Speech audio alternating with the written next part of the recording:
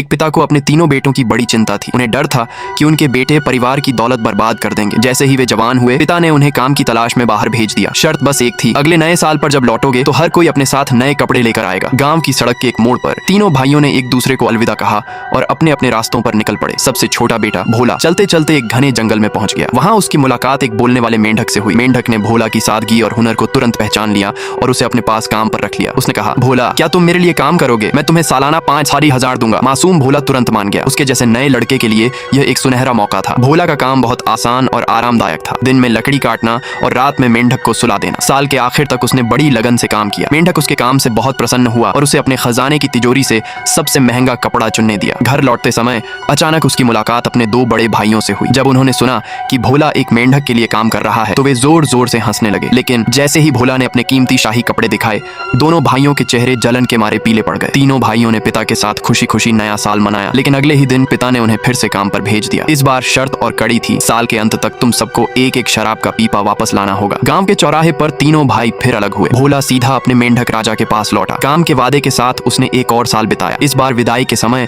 मेंढक राजा ने उसे एक छोटी सी बोतल दी और कहा कि इसे अपनी पसंदीदा शराब से भर लो। जब तीनों भाई फिर मिले तो बड़े भाइयों ने भोला के हाथ में सिर्फ एक छोटी बोतल देखकर उसका खूब मजाक उड़ाया। लेकिन भोला शांत रहा। सच तो यह था कि वह बोतल जादुई थी। उसमें से शराब कभी खत्म ही नहीं हो रही थी। भाइयों के चेहरे फिर से उतर गए। नए साल के ठीक बाद पिता ने उन्हें आखिरी और सबसे कठिन काम दिया। इस बार तुम तीनों को एक एक पत्नी वापस लानी होगी। भोला अपने मेंढक राजा के पास लौटा, लेकिन वह बहुत परेशान लग रहा था। मेंढक राजा ने उसे दिलासा दिया कि वह उसकी मदद जरूर करेगा। उसने भोला से कहा कि जंगल की सारी लकड़ियां काटकर एक बड़ा ढेर बनाओ। काम पूरा होते ही मेंढक राजा अचानक उस लकड़ी के ढेर पर चढ़ गया और बोला, भोला अब इसमें आग लगा दो। जितने भी मेंढक बाहर आए उन्हें इसी आग में झोंक देना। भोला बुरी तरह घबरा गया। उसने हाथ जोड़कर कहा, नहीं मालिक, आप जल जाएंगे, कृपया नीचे उतर आइए। लेकिन मेंढक राजा अड़ा रहा, अगर आग नहीं लगाई तो मैं तुम्हें नौकरी से निकाल दूंगा। भारी मन से भोला ने आग लगा दी। अनगिनत मेंढक आग की लपटों में कूद गए और देखते ही देखते लकड़ी का ढेर और मेंढक राजा सब राख में बदल गए। भोला का दिल टूट गया और वह हताशा में वहीं जमीन पर सो गया। आधी रात को अचानक एक चमत्कार हुआ। वहां एक भव्य महल प्रकट हुआ और वह मेंढक राजा